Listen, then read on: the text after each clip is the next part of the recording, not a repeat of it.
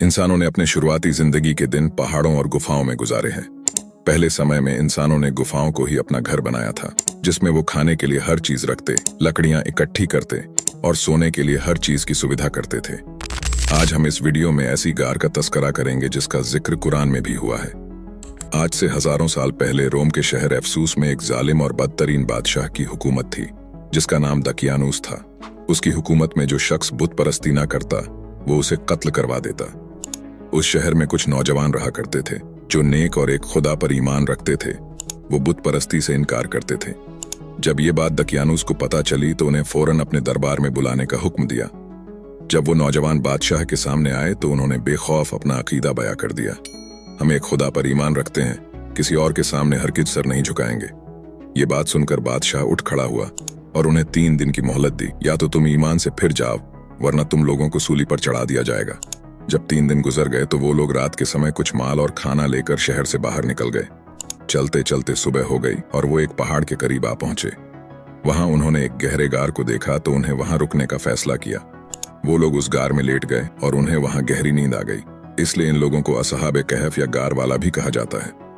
जब ये लोग गार में सोए तो अल्लाह ने इन पर अपना एक खास वक्त मुकर्रर कर दिया। वो वहां ऐसी नींद सो गए जो ना तो आम नींद थी और ना ही मौत, बल्कि वो एक गहरी नींद किसी कैफियत में चले गए। जब बादशाह को खबर मिली कि उन्होंने उस गार में पनाह ली है तो बादशाह ने उस गार का मुंह बंद करा दिया।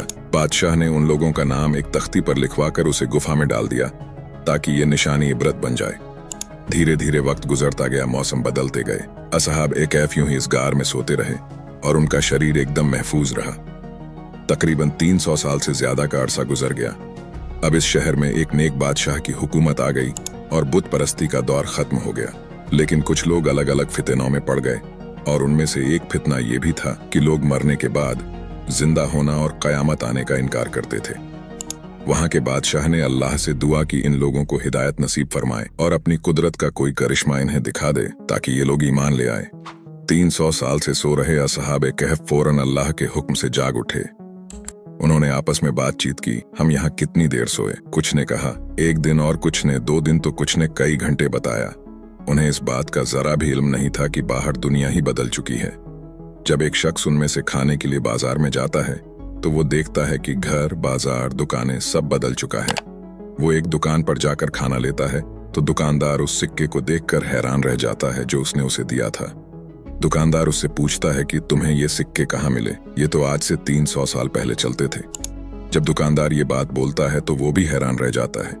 वो लोगों को अपने साथ फौरन उस गुफा की तरफ ले चलता है जहां वो सोए हुए थे। असहाब कहफ ये देखकर हैरान थे कि उन्हें इस गार में सोए हुए 300 साल गुजर चुके थे और पूरा शहर बदल चुका है। जब बादशाह वहां पहुंचा तो उन्होंने वहां पर खुदाई शुरू करवाई। खुदाई से वो संदूक मिला जिसमें उनके नाम और कुछ सामान निकले। उस संदूक में एक तख्ती भी थी जिसमें सारा मांजरा लिखा हुआ था।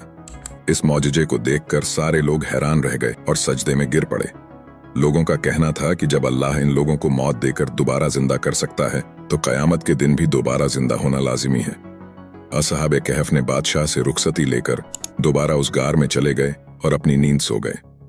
अल्लाह ने इस वाक्य का जिक्र कुरान में किया है और बाइबल में भी हमें इसका तस्कीरा मिलता है, जिसे द 7 स्लीपर के नाम से भी जाना जाता है।